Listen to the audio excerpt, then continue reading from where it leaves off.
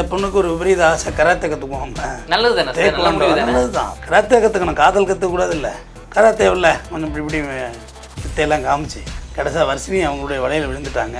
2 பேரும் லிவிங் டுகெதராக ஒரு வீடு எடுத்து வாழ்ந்துருக்காங்க. பட் வர்ஷினிக்கு தெரியும் ஒரு மேரீடுன்னு. ஆனால் நீ ஒரே நாளில் ஒரு கராத்தே போய் டேக்வாண்டோ கற்றுக்கிறதுனா அவன் எது காலை தூக்க சொல்கிறான், நீ என்ன வேலை பார்த்துட்டு வந்த? இது போன்ற நபர்களை நாராவசமாக நம்ம பேச வேண்டும். முதல்ல இந்த பொண்ணு ரொம்ப அடமெண்ட்டாக இல்லை, முடியவே முடியாது, நான் அவரோட தான் வாழ்வேன்றது எவ்வளோ ரிக்வஸ்ட் பண்ணியிருக்காங்க. காலில் விழுவுறேன்னு காலில் விழுந்துருக்காரு. ஏன்னா அம்மா முன்னாடி எனக்கு கூட சங்கடமாக இருந்தது, காலில் விழுவுறேன் வாப்பான்னு. அந்த பொண்ணு கேட்கல. காலை ஏற்றி வச்சுட்டு போகிறோன்னா அது ஒரு கோவம் ட்ரிகர் ஆகிருக்கு. பல ஆறுனு அரைஞ்சிருக்காரு, அது போய் செவத்தில் அடிச்சிருக்கு. இந்த சம்பவ இடத்துல இறந்து போகுது. படிக்க போனால் படிக்க போகிறதுல படிக்க போகணும். மாப்பிள்ளை தெரினாக்க அப்புறம் இப்படி தான் நடக்கும். மாப்பிள்ளை தெரியா அதான் ஒழுங்காக தெரியா? ஒரு கல்யாணம் ஆகுதும் கூட படித்தவன் அவ்வளோ பேர் இருப்பான். ஒருத்தனை பிடிச்சிருந்தா கூட கட்டியாவது தூக்கி தொலையலாம். இது என்னத்தை போய் கட்டி வைக்கிறது? இது எப்படி நம்ம என்டர்டைன் பண்ணுறது? பெற்றோர்களும் சொல்கிறேன், கோவப்படாதீங்க. இந்த மாதிரி கழிச்சடைகள்கிட்ட கோவம் இருந்தால் போலீஸை வச்சு ஆப்ரேட் பண்ணி வந்துருக்கலாங்கிறது என்னுடைய கருத்து. போலீஸ் செஞ்சு கொடுத்துருப்பாங்க, வச்சு விட்ருப்பாங்க, சக்திகளை பிடிச்சி பிட்டார் வச்சு ஓடுறாங்கட்டல.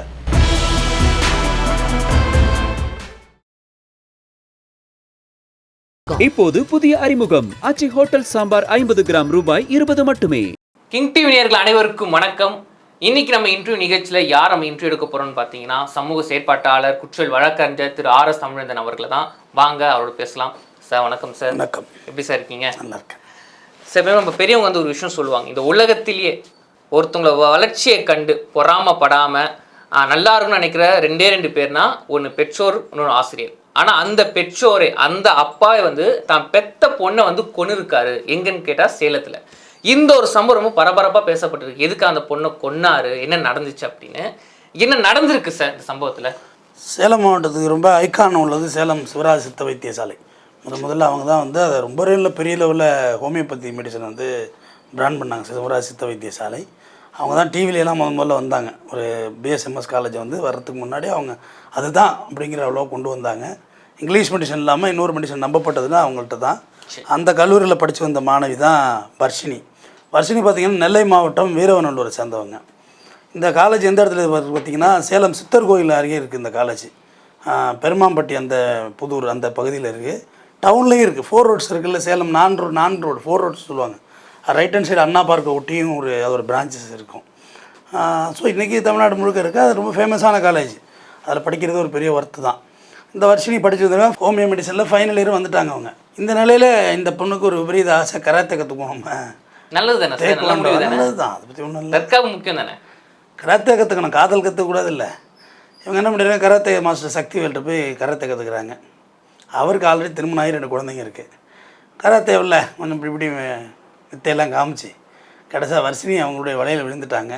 2 பேரும் லிவிங் டுகெதராக ஒரு வீடு எடுத்து வாழ்ந்துருக்காங்க. பட் வர்ஷினிக்கு தெரியும் ஒரு மேரீடுன்னு. அவர் மேரீடுன்னு வர்ஷினிக்கு தெரியும். பட் வயசு ஒரு 40ன்னு சொல்கிறாங்க. 40 வயசு. சக்திவேலோட குடும்பத்துக்கு தெரியாது இப்படி ஒரு சேனல் ஓட்டுறாரு அவருன்னு. இவர் 2 தனித்தனி வீடாக வச்சுட்டு அப்படியே அவருடைய மன்மத லீலையை வளர்த்துருக்கிறாரு. இது எப்படியும் ஒரு ஊருக்காரவங்க யாரோ ஒருத்தவங்க பார்த்துருவாங்க. முன்ன மாதிரிலாம் உலகம் கிடையாது, ரொம்ப ஷார்ட் உலகம், சிம்பிளாக பார்த்துடலாம் நீங்கள் யாருன்னு. அப்போ திருநெல்வேலி அந்த சொந்த ஊருக்காரவங்க வந்து ஏதோ ஒரு வேலையை அவங்க சேலத்துக்கு வர்றாங்க அந்த வைத்தியசாலைக்கு. பார்த்தா அந்த பொண்ணோட ஆட்டிடியூட் பார்த்தோன்னா இது நம்ம ஊர் பொண்ணாச்சு, இது என்னது இப்படி வாழுதுன்னு சொல்லி அவங்க 2 பேரும் பைக்கில் போன ஃபோட்டோவை எடுத்து அவங்க அப்பாவுக்கு அனுப்பிச்சிருக்காங்க. வரதராஜன் உஷா தம்பதி அவங்களுக்கு அனுப்பிச்சிருக்காங்க. உடனே வரதராஜன் உஷா தம்பதி நேராக பொண்ணுகிட்ட வர்றாங்க. ஒரு பதறி வந்திருப்பாங்க. ஆமாம், வந்து என்னம்மா இது, ஒரு கல்யாணம் ஆகாதவனை நீ வந்து பிடிச்சிருந்தீங்கன்னா கூட கல்யாணம் பண்ணி வச்சிடலாம். அவன் கல்யாணம் ஆனவர் 2 பிள்ளை இருக்குது. நீ எப்படி இருந்தாலும் இந்த மேரேஜும் செல்லாது. நீ 2ஆம் தாரம் மாரி தான். முதல் தாரம் தான் லீகல் வைஸ் சட்டம். நீ 2ஆம் தாரம் செட் ஆகாது. லீகல் வைஸ் சரி கிடையாது, எந்த சட்ட உரிமையும் கிடையாது. நீ வந்துருப்பாப்பா, படிப்பு முடிச்சுட்டு அவன் போயிடலாம் ஊருக்கு, விட்டுரு, நாங்கள் இதை பெருசாக எடுத்துக்கல, நம்ம வேறு கல்யாணம் பண்ணி வச்சிடலாம் உனக்கு அப்படின்னு சொல்லியிருக்காங்க. ஒரு நல்ல பெற்றோர் இதுதான் சொல்லவும் முடியும் இந்த காலத்தில். இந்த பொண்ணு ரொம்ப அடமெண்ட்டாக இல்லை, முடியவே முடியாது, நான் அவரோட தான் வாழ்வேன்ருக்கு எவ்வளோ ரிக்வஸ்ட் பண்ணியிருக்காங்க. இது வந்து செட் ஆகாது இது அப்படி சொல்லி அதான் கேட்கல. அப்புறம் அந்த பொண்ணு பெற்றோர்கள் ஊருக்கு வந்துடுறாங்க. ஊருக்கு வந்து மறுபடியும் வரதராஜன் ஃபோனில் எல்லாம் ட்ரை பண்ணி பார்க்குறாரு. ஃபோன்லாம் பிளாக் பண்ணுது அந்த பொண்ணு, எடுக்க மாட்டேது. இவங்க நம்பர் எல்லாம் பிளாக் பண்ணோன்னே ஒரு ஒய்ஃபுக்கிட்ட ஒரு 10,000 ரூபாய் பணம் கூட, எனக்கு மனசே இல்லை, நான் காசிக்கு போயிட்டு வரேன் அப்படின்னு சொல்லிட்டு கிளம்பிடுச்சு. இது வரைக்கும் ஃபைன். நேராக போனவர் என்ன நினச்சாரு தெரியல, சேலத்தை பக்கம் போயிட்டார். அந்த சக்திவேல் தனியாக வீடு எடுத்து தங்க வச்சுருந்தார்ல வர்ஷினியை, ஆமாம் சார். அந்த வீட்டுக்கு போகிறார். அந்த வீட்டுக்கு போனோன்னே மறுபடியும் ரிக்வஸ்ட் தான் நடந்திருக்குங்க. காலில் வரையும் விழுந்திருக்காரு. இப்போ கூட கோவப்படாமல் ஒரு பெற்றோராக பொறுமையாக இருந்திருக்காரு. காலில் வரையும் விழுந்திருக்காரு. அன்னைக்கு அம்மா இருந்தா நான் தனியாக கேட்குறேன், பாப்பா வா பாப்பா, நான் காலில் விழுவுறேன்னு காலில் விழுந்திருக்கிறாரு. ஏன்னா அம்மா முன்னாடி எனக்கு கூட சங்கடமாக இருந்தது, காலில் விழுவுறேன் வா போகலான்னு. அந்த பொண்ணு கேட்கல. காலை ஏற்றி வச்சுட்டு போகிறோன்னா அது ஒரு கோவம் ட்ரிகர் ஆகிருக்கு. பலாருன்னு அரைஞ்சிருக்காரு. அது போய் செவத்தில் அடிச்சிருக்கு கோவத்தில். இது வந்து எந்த விதமான கொலை செய்யணுங்கிற எண்ணெல்லாம் இல்லை. அடித்தவொடனே செவத்தில் வெடிச்சு விழுந்திருக்கு. விழுந்து சம்பவ இடத்துல இறந்து போகுது. இவருக்கு ஒன்றுமே புரியல. போட்டு ஓடிடுறாரு. போட்டு ஓடணுன்னா அப்புறம் தான் புகாரின் அடிப்படையில் சேலம் இரும்பாலை காவல் நிலையம் அவங்க வழக்கை கையில் எடுக்கிறாங்க. வழக்கை கையில் எடுத்து பாடியை வந்து மோகன் குமாரமங்கலம் அரசு பொது மருத்துவமனை உடற்கூறாய்வுக்கு வச்சுட்டு அதுக்கு பிறகு அந்த உஷாங்கிறவங்கள என்கொயரிக்கு எடுக்கிறாங்க. யார்? அந்த வர்ஷினியோட அம்மாவை. அவங்க அம்மாவில் ஏன்னா இவங்க ஒரு வெள்ளந்தியாக தானே இருக்காங்க. ஒன்றும் மோட்டிவேட் இருந்தாலும் அதை இது அவன் சொல்லணும். இல்லைங்கய்யா எங்கள் வீட்டுக்காரர் தான் வந்திருக்காரு. அதான் பாருங்களேன், சம்பவம் நடந்த உடனே தன் மனைவி ஃபோன் பண்ணி சொல்லி என்ன பண்ணுன்னு தெரியல. அப்படி எங்கள் வீட்டுக்காரர் எனக்கு ஃபோன் பண்ணார். வந்தம்மா இதுமாரி அடிச்சுவிட்டேன், அடித்தோன்னே கீழே வந்தது, மயக்கம் போட்டுரு செத்துருச்சு, நான் என்ன பண்ணட்டும் ஒன்றுன்னா, ஐயோ என்னங்க அப்படி பண்ணிவிட்டீங்க அப்படின்னோடனே இது ஓப்பனாக போலீஸ்கிட்ட எல்லாத்தையும் சொல்லிடுறாங்க. யார்? உஷா. எங்கள் வீட்டுக்காரர் தாங்க அடித்தார், இப்போ எங்கே இருக்காருன்னு தெரியல, கண்டிப்பாக என் நம்பருக்கு ஃபோன் பண்ணுவார், நான் வந்து உங்கள்கிட்ட ஒப்படைச்சிட்றேன். அவர் ஒன்றும் ஒளியறதுக்கெல்லாம் இல்லை, எங்கேயே பயந்து அவர் ஏதாவது பண்ணிக்க போகிறாரு. அதை அப்படி தான் எனக்கும் பயம். அவர் பயந்துருப்பார்ல, இப்போ அவர் ஏதாவது சூசைட் பண்ணிட்டாருன்னு வச்சுங்க. அதனால் பார்த்துக்கிட்டு இருக்கவருக்கு எங்கே இருந்தாலும் அவருக்கு போய் காவல் நிலையத்தில் சரண்டர் ஆகுங்க, இல்லை கோர்ட்டில் ஒரு வக்கீல் வச்சு சரண்டர் ஆகுங்க. ஒன்றும் பிரச்சனை கிடையாது. நீங்கள் அதுதான் செய்யணும் கூட. சார் இங்கே வந்து ஒரு கேள்விங்க சார். இப்போ நிறைய பெற்றோர்களுக்கு கனவு என்னங்கன்னா, நம்ம எப்படி இருக்கிறோமோ, நம்ம கஷ்டப்படுறோமோ அது இருக்கட்டும், தான் பசங்க நல்லா இருக்கணும். இப்போ இங்கே கூட பாருங்களேன், இவங்க வந்து சொந்த ஊர் திருநெல்வேலி, ஆனால் அங்கேயும் நிறைய காலேஜ்லாம் இருக்கும். ஆனால் அதெல்லாம் விட்டு சேலத்தில் இருக்க புகழ்பெற்ற காலேஜில் படிக்க வைக்கணும் அப்படின்னு ஆசைப்படுறாங்க. காரணம் தான் பொண்ணு அங்கே படித்தா பெரிய ஆளாக வருவாங்க அப்படின்னு. ஆனால் இப்படி நிறைய பெற்றோர்கள் தான் பசங்க நல்லா இருக்கணும், நல்லா படிக்கணும்னு சொல்லி வெளியூரில் வெளி மாநிலத்தெலாம் படிக்க வைக்கிறாங்க. ஆனால் அப்படி இருக்கும்போது இந்த மாதிரி சில விஷயங்களை வந்து பசங்க பண்ணிடுறாங்களே, இது எப்படி பார்க்க? படிக்க போனால் படிக்க போகிறதுல படிக்க போகணும். மாப்பிள்ளை தண்ணினாக்க அப்புறம் இப்படி தான் நடக்கும். மாப்பிள்ளை தண்ணி அதாவது ஒழுங்காக தண்ணியா? ஒரு கல்யாணம் ஆகுது, அவன் கூட படித்தவன் அவ்வளோ பேர் இருப்பான், ஒருத்தனை பிடிச்சிருந்தா கூட கட்டியாவது தொச்சு தொலையலாம். இதை என்னத்தை போய் கட்டி வைக்கிறது? இது எப்படி நம்ம என்டர்டைன் பண்ணுறது? இதிலெல்லாம் கொலையை தாண்டி நான் பெற்றோர்கள் பக்கம் தான் பேசுவேன். நான் ஒரு பெற்றோர் தான். பெற்றோராக இருக்கிறதா தான் அந்த வழி தெரியும். நான் எப்பயுமே அந்த சில திருமணங்களே நான் ஆதரிக்கிறது கிடையாது. பொதுவாக காதல் திருமணங்களே நான் எதுக்குறவன் தான். என்னத்தை போய் இப்போ படிக்கக்குள்ள உனக்கு காதலை போட்டு தள்ளுது? இப்போ என்ன வருமானம் வந்துட போகுது? வெளியே வந்து ஹோமியோபதி கிளினிக் வச்சோன்னு ஒரு கோடிக்கணக்கில் கொட்ட போதா? நான் லா காலேஜ் படித்தேன். நான் படிக்கக்குள்ளே கல்யாணம் பண்ண பசங்கள்லாம் கடைசி ஃபைனல் இயர் கூட ஒன்றா இல்லை. அவங்கெல்லாம் அவங்க பாட்டு ஒரு பக்கம் போகிறாங்க, இவங்க பாட்டு ஒரு பக்கம் போனாங்க. அதில் ஒரு குழந்தை இழந்து உருவானா எவ்வளோ பெரிய சிக்கல் அது. காலேஜ் போனோமா, சுற்றினோமா, கொண்டோமா, ஜாலியாக இருந்தோமா, படித்தோமா, டிகிரியை வாங்கினோமா, வெளியே வந்தோமான்னு இருக்கணும். அவ்வளோதான். உங்களோட சந்தோஷத்துக்கு நான் தடையே சொல்லலை. நான் சாப்பிடு, சினிமாவுக்கு போ, படி உட்காந்து. அதாவது இது நான் இளைஞர்களுக்கு சொல்கிறேன். வருஷம் 365 நாள் நான் புத்தகம் தொடவே மாட்டேன். உண்மையாக சொல்கிறேன். காலையில் பரீட்சை 10 மணி, நைட்டு 9 மணி சாப்பிட்டு உட்காருவேன். நானும் புத்தகத்தையும் மூடி வைப்பேன், பொலன்னு பொழுதும் விடியும். போய் பரீட்சை எழுதுவேன். பரீட்சை எழுதிட்டு வந்து அப்படியே தூங்குவேன். பாஸ் தான், ஆனால் ஆல் கிளியர் தான் பண்ணேன். ஃபைனல் இயர் முடிச்சுட்டு தான் வெளியே வந்தேன். தெரிஞ்சேங்க, அரியரோட வரல. ஒரு நைட்டில் நீ எப்படி படித்தேன்னா, அது எனக்கு அது அந்த வாய்ப்பு இருக்குது. புத்தகம் வாசிக்கும் பழக்கம் எனக்கு இருக்குது, படித்தேன். எல்லோரும் சொல்லுவேன், டே என்ன சுற்றிக்கிட்டே இருக்கான், எப்படி அவன் படிப்பான் அப்படின்னு. பரீட்சை இருக்குது தம்பி, சாயந்தரம் 5 மணிக்கு ஒரு ஷோ பார்த்துட்டு படம் போயிட்டு 9 மணிக்கு வந்து உட்காருவேன். ஒரு நைட்டில் முடியும், பாஸ் பண்ணுவேன். அது எல்லாருக்கும் வாய்ப்புகள் அமையணும். நான் அதுதான் சொல்கிறேன். நான் சேலத்துக்கு போனது படிக்க, அந்த வேலையை எனக்கு கரெக்டாக பார்த்தேன். நல்லா சுற்றி வந்தேன். ஆனால் இதுமாரி வேலைலாம் செஞ்சுட்டு வரல. அது முக்கியம். இப்போ இருக்க அந்த சில பேர் சொல்கிறேன் சார், சில மாணவர்கள் நினைக்கிறாங்கன்னா, மாணவிகள் வந்து காலேஜுக்கு போனால் லவ் பண்ணணும், அது வந்து முக்கியமாக பண்ணியே ஆகணும் இப்படின்னு ஒரு மென்டாலிட்டிக்குள்ள அவங்க மாட்டிக்கிறாங்க. இது திரைப்படங்கள் கற்றுக் கொடுக்குது மேடம். காலேஜ் போனால் பீர் அடிக்கணும், காலேஜ் போனால் தம் அடிக்கணும், காலேஜ் போனால் வாத்தியாரை எதிர்த்து பேசணும். ஆனால் இதெல்லாம் பண்ணலாம் வந்து நம்ம அம்மா நினச்சிப்பாங்க அப்படின்ற ஒரு மென்டாலிட்டி உள்ள இருக்குது. இல்லை, அது ஒரு மித்து, தவறான மித்தை கற்பிக்கிறது. இதே முரளி இதயமேன்ட்டு ஒரு ஏழ்மைப்பட்ட வீட்டில் எம்பிபிஎஸ் படிக்க போனால் ஒழுங்காக படிச்சுட்டு வரணும். உனக்கு என்ன ஹீரோவோட காதல் டாவுங்க, உனக்கு என்ன காதல் சொல்லே தெம்பு இல்லாதவனி கல்யாணம் பண்ணி இப்படி குடும்பம் நடத்துவா? நடத்த தெம்பு இருக்கா உனக்கு? அது போட்டு போயிட்டுருக்கு. ஒரு வீடியோ போயிட்டுருப்பார். இது ஒரு படம், அதை வச்சு ஒரு நேற்று கூட அதை பற்றி கிண்டல் பண்ணி பாடிக்கிட்டு இருந்தோம். காரில் ஓடிட்டு இருந்தது. இதே முதல்ல மாற்றுங்கடா, ஏற்கனவே அழுது வடியுது வாழ்க்கை, இது வேறையா? ஒரு தடவை ரயிலில் போனால் போய் பத்திரமா வேடிக்கை பார்த்துட்டு வந்துடணும். லவ்வே சொல்லாமல் சொல்லி நெஞ்செல்லாம் வெடிச்சு கடைசி வந்து அவங்க லவ் சொல்ல ஒரு செத்து உட்காந்துருக்காரு, பொட்டார்னு விழுவுறாரு. லவ் பண்ண நல்லா தெம்பாக திங்கணும், முந்திரி பருப்பு பாதாம் பிஸ்தானு, அப்போ தான் நம்ம நல்லா தெம்பாக குடும்பம் நடத்த முடியும். இதெல்லாம் ஒரு படம், இப்படி குடிச்சோராக்கி வச்சுருக்காங்க இந்த மீனும்ல. எல்லாம் காலேஜ் போனால் காதலிக்கன்னு யார் சொல்லி கொடுத்தா? அவுத்துட்ட மாடு மாரி எல்லாம் மாறிடுறது. அப்படிலாம் இருக்கக்கூடாது. போனோமா, படித்தோமா, பக்குவமாக இருந்தோமா, ஏர்போர்ட்டுக்கு பின்னாடி போய் உட்காரக்கூடாது நைட்டு 11 மணிக்கெல்லாம். புரியுதா இல்லையா? தண்ணியை போட்டு வந்துடுவாங்களா இல்லை ரவுண்டு கட்டுறதுக்கு? போனோம்னா அண்ணா யூனிவர்சிட்டிக்குள்ளே உட்காந்து படிக்கணும், புதாரில் உட்காந்து படிக்கக்கூடாது. எங்கே இருக்கணுமோ அங்கே இருக்கணும். அங்கே இருந்தால் எந்த பிரச்சனையும் இல்லை. சும்மா போட்டு நம்மளை கன்ஃபியூஸ் பண்ணுறாங்க. இதெல்லாம் பேசினா நம்ம இவங்கெல்லாம் நம்மளை எதிர்ப்பாங்கன்னு சொல்லியே யாரும் பேச பயப்படுறாங்க. இந்த டாபிக் இப்போ நான் பேசுகிறேன்ல, என்னை வந்து ஒரு மாதிரி பெரிய பூமராக இருப்பான் போல இருக்குமா? அப்படின்னா பூமர்லாம் இல்லை. சரி, இப்போ நல்ல விஷயம் சொன்னாலும் அப்படிதான் எடுத்து எது நல்ல விஷயம் தெரியாமல் இருக்காங்களோ. நான் என்ன சொல்கிறேன், நான் பூமர்லாம் கிடையாது, நான் அப்டேட்டு தான்.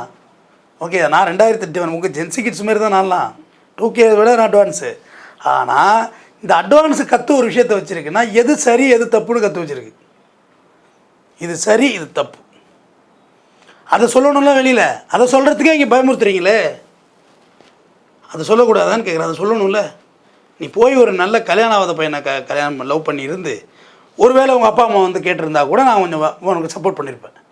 ஏன் 2 பேரும் ஒரே டாக்டருக்கு படிக்கிறாங்க, கல்யாணம் பண்ணிட்டா என்ன அதில் போகுது, இப்போ பண்ணிக்கிட்டோம் அப்படின்னு கூட நினச்சிருப்பேன். நீ பிடிச்சிருக்கிறது கள்ளக்காதல், இல்லீகல் அஃபையர். அது பேர் இல்லீகல் அஃபையர் சட்டத்தில். அதை எப்படி அங்கீகரிக்க முடியும்? இது எல்லா விஷயம் அந்த பொண்ணுக்கும் தெரியும் சார், தெரிஞ்சவங்க மாட்டிக்கிறாங்க. ஆனால் ஒன்று செஞ்சுருக்கலாம் அந்த பெற்றோர் வரதுராஜ். என்னது செய்யணும்? பாவம் அவருக்கு அந்த அளவுக்கு அதாவது வக்கீலை பிடிச்சி கம்ப்ளைண்ட் கொடுத்துருக்கலாம். கம்ப்ளைண்ட் கொடுத்துருந்தோம்னா சக்திவேல் மாட்டிப்பாப்புல. ஆனால் பொண்ணு பேரும் அடிப்படம் மானம் போயிருமேன்னு ஒரு விஷயம் யோசிச்சுட்டாங்க. செத்து போச்சு, கொலைகேஸ் ஆகிட்டு, மானம் போலே அவன் மானம். எதையா மானம் இங்கே? எவனுக்கே மானம்? தம்பி, உன்னை பற்றிங்க எவன் என்ன நினைக்கிறாங்கலாம் தேவை கிடையாது. நீ பட்டி கடை தான் இங்கே ஒருத்தன் உனக்கு ஒரு வேளை சோறு வாங்கி தர மாட்டான், ஆனால் அவங்க அப்பா அம்மா சோறு போடுவாங்க. என்ன மானம்? நம்ம குடும்பம் நம்ம வளர்ச்சி நம்ம பார்த்துக்க வேண்டியதான். கொண்டு வந்தால்தான் தந்தை, சம்பாதிச்சிட்டு வந்தால் தான் வைப்பேன். கொண்டு வந்தாலும் வராவிட்டாலும் தாய். நீ வீட்டுக்கு சம்பாதிச்சிட்டு போனான்னா போடலன்னு சாப்பிட்டியாப்பா அப்படின்னு அம்மா கேட்கும். பழைய சோறு இருக்கும் சாப்பிட்றியாப்பா அப்படின்னு கேட்கும். நீ குடிச்சிக்கிட்டு தலை உப்புற போய் நின்னாலும் இதுதான் அம்மா. கொண்டு வராவிட்டாலும் தாய். அருமையாக சொன்னீங்க சார். ஆமாம், இருக்கோ இல்லையோ சீர்கப்பால் தமக்கை. தமக்கை என்றால் தங்கை. அண்ணன்ட்ட ஒன்றுமே இருக்காது தெரியும்.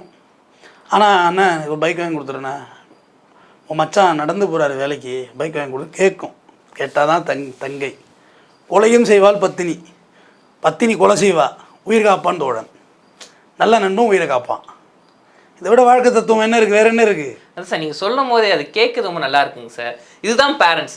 ஆனால் இப்படிப்பட்ட பேரண்ட்ஸோட விஷயங்களை வந்து அந்த கருத்துக்களை அவங்களோட உணர்வுகளை வந்து இப்போ இருக்க ஜென்ரேஷன் புரிஞ்சுக்கலையோ அப்படின்னு ஒரு கேள்வியும் வருது. இப்போ இங்கே கூட பாருங்களேன், அவங்க போய் கெஞ்சிருக்காங்க, வந்துருமா வேணாமா அந்த வாழ்க்கை. ஆனால் இந்த பொண்ணு ஒரு கோமா முடியாது, நான் இவரை தான் திருமணம் பண்ணிட்டேன், இவரு கூட தான் வாழ்வேன்னு கட் அண்ட் ரைட்டாக சொல்லியிருக்காங்க. பேரண்ட்ஸோட விஷயங்களை அவங்க கருத்துக்களை வந்து இப்போ இருக்க ஜென்ரேஷன் கேட்குறது இல்லையா அப்படின்னு கேள்வி வருதுங்க சார். தம்பி, எல்லா காலகட்டங்களையுமே பேரண்ட்ஸ் சொல்கிறது யாரும் கேட்கல. அது நீ ஒரு அப்புறம் அவங்கள தான் தெரியும். பேரண்ட்டுங்கிறது எவ்வளோ ஒரு பெரிய ஹார்ட்டான பொறுப்பான ஒரு பதவி இது. ஆனால் அதே சில ஒரு குரலும் இப்போ நாங்கள் சொல்கிறதா எங்கள் பேரண்ட்ஸ் புரிஞ்சிக்கவே மாட்டாங்கன்னு சொல்கிறாங்க. அதான் இது புரியல சார், ஒரு முரண்பாடாக இருக்குது. புரியாது பேரண்ட்ஸுக்கு. நீ சொல்கிறது புரியாது, அவங்க சொல்கிறது உனக்கு புரியாது. நீ என்ன சொல்லுவ? தத்திரேன்னு வாழ போகிறப்பான்னு சொல்லுவ. அவர் சொல்லுவார் தருதலே நீ வாழாதப்பா, ஒழுக்கமாக வாழ்ப்பான்னு அப்பா சொல்லுவார். எப்படி புரியும்? 2 பேரோட சிந்தனையும் வேறு வேறையாவில் இருக்குது.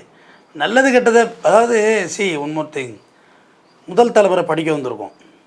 நான் என்ன விட்டுரு நான் 4th ஜெனரேஷன் நான் படிக்கிறது. ஆமாம், எங்கள் 4ஆவது தலைமுறைக்கு முன்னாடியே கல்வியில் இருந்திருக்கிறாங்க. எங்கள் தாத்தாவுடைய அப்பாவே மணியக்காரர், விஓஓ அப்போவே. எங்கள் தாத்தா ரிட்டையர்ட் டீச்சர், தேசிய நல்லாசை விருது வாங்கினவர். எங்கள் அப்பா டீச்சர்.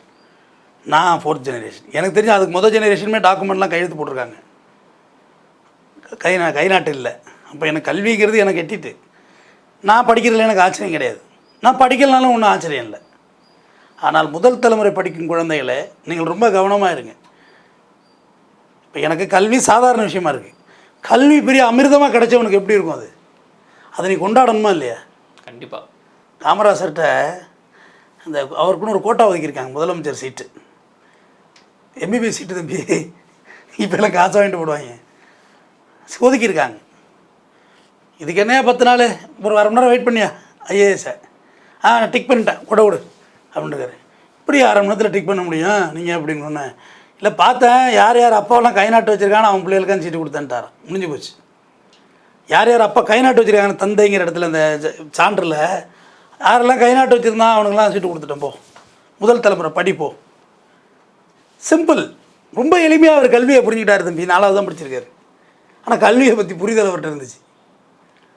ஸோ கல்வி எப்படியெல்லாம் நமக்கு வந்துச்சுன்னு முதல்ல தெரியல. நான் தான் சொல்கிறேன், நல்ல விஷயங்களையும் கொண்டு போய் சேர்க்க முடியல தம்பி. பாரதியாரை பற்றி பேசி போட்டிருந்தேன், 4000 பேர் தான் பார்த்துருந்தான். பிக் பாஸ் இவளை பற்றி பேசி போடுறோம், 60,000 பேர் பார்க்குறாயா? 4000 பேர் தம்பி பாரதியாருக்கு. அப்போ என்ன இருக்குது? காமராஜரை பற்றி பேசியிருந்தோம், 6000 பேர். அது கம்யூனல் பீப்புள்ஸ் ஏதாவது பார்த்துருப்பாங்க போல இருக்குது, அவரையும் கம்யூனிட்டியாக பார்க்குறாங்க. கல்வியெல்லாம் நமக்கு எளிதாகலாம் வரல தம்பி. கல்விக்காக காமராஜர் கொண்டு வந்த சிஸ்டமேட்டிக், கலைஞர் கருணாநிதி ஐயா கொண்டு வந்த சிஸ்டமேட்டிக். பஸ் பாஸ் கொடுத்தாரு கலைஞர், பஸ் பாஸ். ஜெயலலிதா அம்மா சைக்கிள் கொடுத்தாங்க, லேப்டாப் கொடுத்தாங்க. காலை சுற்றுண்டி கலைஞரோட புள்ள அவர் போடுறாங்க. அப்போ அவங்களுக்கு கல்வியை பற்றி அவ்வளோ ஞானம் தெரிஞ்சிருக்கு. கல்வியெல்லாம் ஈஸியாலாம் கிடைக்கலைங்க. ஆனால் ஒரு ஈஸியான ஹோமியோபதி காலேஜ் படிச்சுட்டு அங்கேருந்து வெளியே வந்தோன்னா உங்ககிட்ட ஒரு பயப்புள்ள வர பண்ணிட்டான், நீ ஊசியும் போட முடியாது. புரியுதா? உன்னோட ஒரு மெடிக்கல் ஷாப்புக்காரன் கூட சம்பாரிச்சிட்டு போயிடுவான். ஜுரமா இருங்க ஒட்டச்சி ஒரு ஊசியை குத்தி எடுக்கக்குள்ளே வைரஸ் எடுத்துருவான். முடிஞ்சு போச்சா? உனக்கு அதுவும் வராது. ஒரு கிளினிக் போடணும், நீ உன் வைத்தியம் மக்கள்கிட்ட ஃபிக்ஸ் ஆகணும். பொதுவாகவே நம்ப மாட்டாங்க நம்ம மெடிசனை. அதெல்லாம் நம்ப வச்சு நீ ஒரு ஃபார்மேட் ஆகி ஒரு மாதிரி பிஎஸ் எம்எஸ் எம்பிபிஎஸ் லெவலில் ஒரு பில்டப் கொடுத்து ஏதோ ஒரு மாப்பிள்ளை பிடிச்சி கட்டி இவ்வளோ வேலை அதுக்கு முன்னாடி இருக்குது. ஆனால் நீ ஒரே நாளில் ஒரு கராத்தை போய் டேக்வாண்டோ கற்றுக்கிறதுனா அவன் எதுக்கு காலை தூக்க சொல்கிறான், நீ என்ன வேலை பார்த்துட்டு வந்த? கராத்தே கரை ஸ்ரீராம் பாரு, அது கராத்தே தம்பி. இப்போ கராத்தே தெரியாது உனக்கு? நான் கராத்தே பண்ணுவேன், கராத்தே பண்ணணும். கியா அப்படிங்கிற ஒரு பஞ்ச் பண்ண உள்ள அந்த சவுண்டை போட சொன்னால் நீ வேறு எதோ வேலை பார்த்துட்டு வந்து உட்காந்துருக்க. அப்போ எப்படி இருக்கும்? இது போன்ற நபர்களை நாராவசமாக நம்ம பேச பண்ணிட்டோம் முதல்ல. அது இங்கே கூட பாருங்க, அந்த பொண்ணு செஞ்ச ஒரு தப்பு. இப்போ அந்த பொண்ணும் இறந்துட்டாங்க, இப்போ அப்பாவும் ஜெயிலுக்கு போயிடுவாரு. அப்போ அவங்க வயசான அவங்க அம்மா யாருமே இல்லாமல் நெருக்கத்தே நடு ரோட்டில் நிற்கணும். ஒருத்தர் செஞ்ச தப்பு. இப்போ இதுவரையே முடிஞ்சு போச்சு, பெயில் எடுக்கணும் தம்பி. இதுக்கு ஒன்றும் குண்டாசெல்லாம் போட மாட்டாங்கன்னு வச்சுக்கோங்க, எப்படி மர்டர் கேஸும் போடுவாங்க. ஆனால் சார் இது ஒரு கோவத்தில் நடந்தது, அதுக்கும் மர்டர் கேஸும் போடுவாங்க. எல்லாமே கோவத்தில் நடக்கிறது தான். சிரிச்சுக்கிட்ட கொலை பண்ணுறாங்க, எல்லாம் கோவத்தில் கொலை பண்ணுறது தான். மர்டர் கேஸ் போடுவாங்க. அதுக்கடுத்து பெயில் எடுக்கணும், குண்டாசெல்லாம் போட மாட்டாங்க. அதுக்கு பெயில் எடுக்கணும். இப்படி ஒரு 50-55 நாளில் பெயில் கிடச்சிரும். 50லேருந்து 60 நாள் வச்சுக்கோங்களேன். அவருக்கு இப்போ வியாதி இருக்கும், டிசீஸ்லாம் இருக்கும். ஜெயிலுக்கு போனால் டிசீஸ்னு அதிகரிச்சிடும். பயம். விளையாட்டு விஷயம் இல்லை. அவர் மனு பார்க்க போகணும். அவர் சேலம் சென்ட்ரல் ஜெயிலில் வைப்பாங்க. பாளையங்கோட்டிலேருந்து அம்மா போயிட்டு வரணும். ஒரு வாட்டி பஸ்ஸில் போயிட்டு வரணும், எவ்வளோ காசு ஆகும். அங்கே போய் பழங்கனி வாங்கி கொடுக்கணும். அப்புறம் பெயில் எடுத்துகிட்டு வெளில வரணும். வாய்தாவுக்கு ஒரு சேலத்துக்கு போகணும். கேஸ் 4 வருஷத்துல 5 வருஷம் நடக்கும். வாய்தாவுக்கு சேலத்துக்கு போகணும். சாட்சியெல்லாம் வரும். ஒரு வக்கீல் வைக்கணும். வக்கீல் வச்சு கேஸ் நடத்தணும். அதுக்குள்ளே டார் அருந்துறவங்களுக்கு. ஸோ நம்மளுடைய ஆசா பாசங்களுக்காக நம்ம குடும்பத்தையே அடை வச்சுட்டு போயிடுறோம்.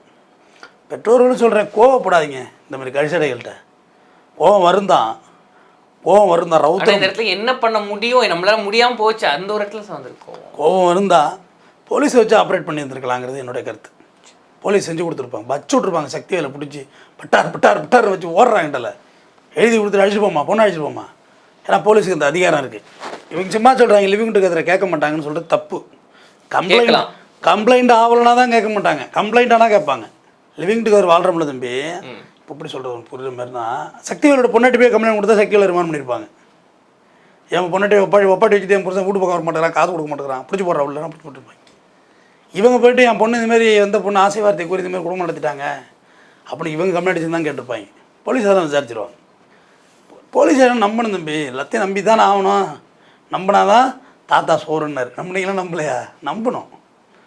இந்த இடத்துல பேரண்ட்ஸுக்கு நீங்கள் என்ன சொல்கிறீங்க சார்? அதான் சொல்கிறேன், நீங்கள் டிசைட் பண்ணாதீங்க. இப்போ எப்படி இருக்குது சுச்சுவேஷன்? சக்திவேலு உங்களை அடித்து நீங்கள் செத்து போயிருந்தாக்க, என் கள்ளக்காதலியாடா கூப்பிட வந்த பெற்றோரேன்னு ஒரு அடி அடிச்சிருந்து நீங்கள் செத்து போயிருந்தாக்க, நம்ம எதுவுமே கேட்குற இடத்துல இங்கே இல்லை தம்பி. அதுக்கு தான் சிஸ்டம் இருக்குது, போலீஸ் இருக்குது, கோர்ட் இருக்குது. கோர்ட்டில் போட்டு ஒரு கார்டியன் சூட் ஒன்று போட்டிருக்கலாம், ஒரு ஹெச்பி போட்டிருக்கலாம், ஹேபியஸ் கார்பஸ் போடலாம் ஹைகோர்ட்டில், ஆட்கொணர் வைக்க நீதி பேராணை போடலாம். இல்லை நிறைய வழிகள் இருக்குது, நீதிமன்றத்து வழியாக வழிகள் இருக்குது. இந்த மாதிரி இல்லீகல் இன்டிமேசியாக என் அஃபேரில் என் பொண்ணு போயிட்டு என் பொண்ணை மீட்டு கொடுங்க அப்படின்னா, கல்யாணம் ஆகாதவனாக இருந்தால் தான் கோர்ட்டு தள்ளிடாது, கல்யாணம் ஆனவங்களுக்குள்ளே கண்டிப்பாக தள்ளிடும். ஓகேவா? ஹைகோர்ட்டு ஹெச்பி வந்ததுனாக்கா நான் இல்லீகல் இன்டிமேஷனில் இருக்கேன்னு அந்த பொண்ணு சொன்னால் கோர்ட்டு உட்காந்து தலையாட்டிக்கிட்டு இருக்குமா? சாமா இருங்க அப்படி சொல்லுமா? இல்லீகல் இன்டிமேஷன் இருக்கியா? யார் அந்த ஹஸ்பண்டு? அவனை ரிமாண்ட் பண்ணுப்பா. அவன் பொண்டாட்டி வந்திருக்கா இல்லையா? அவன் பொண்டாட்டி வர வச்சுருவாங்க, சக்தி வேலி பொண்டாட்டி வர சொல்லிடுவாங்க. ஏமா அவன் புருஷன் இன்னொருத்தர் இருக்கான், அவனுக்கு தெரியாது, அவனுக்கு தெரியாதுங்க எனக்கு. அவன் மேலே ஒரு கம்ப்ளைண்ட் கொடுக்குறியா? போலீஸ் அவன் மேலே ஒரு கம்ப்ளைண்ட் வாங்கிட்டு எஃப்ஐஆர் போட்டு ரிமாண்ட் பண்ணுங்கள். அந்த பொண்ணை அவன் ஹோமில் வைங்க. பெற்றோரை அனுப்ப முடியாது, நீங்கள் கொலைகளை பண்ணிடுவீங்க, ஹோமில் இருக்கட்டும், கவுன்சிலிங் கொடுத்து அனுப்புகிறோம், போங்க எல்லாம் போ வெட்டி விட்டுருப்பாங்க, முடிஞ்சு போயிருக்கும்ல. நம்ம இதே கேட்க வேண்டாம் தம்பி, கோர்ட்டு வழியாக கேட்குறது தான் சரி. தொடர்ந்து பேசுவோம் தம்பி. நன்றி. நன்றி சார், தொடர்ந்து பேசுவோம்.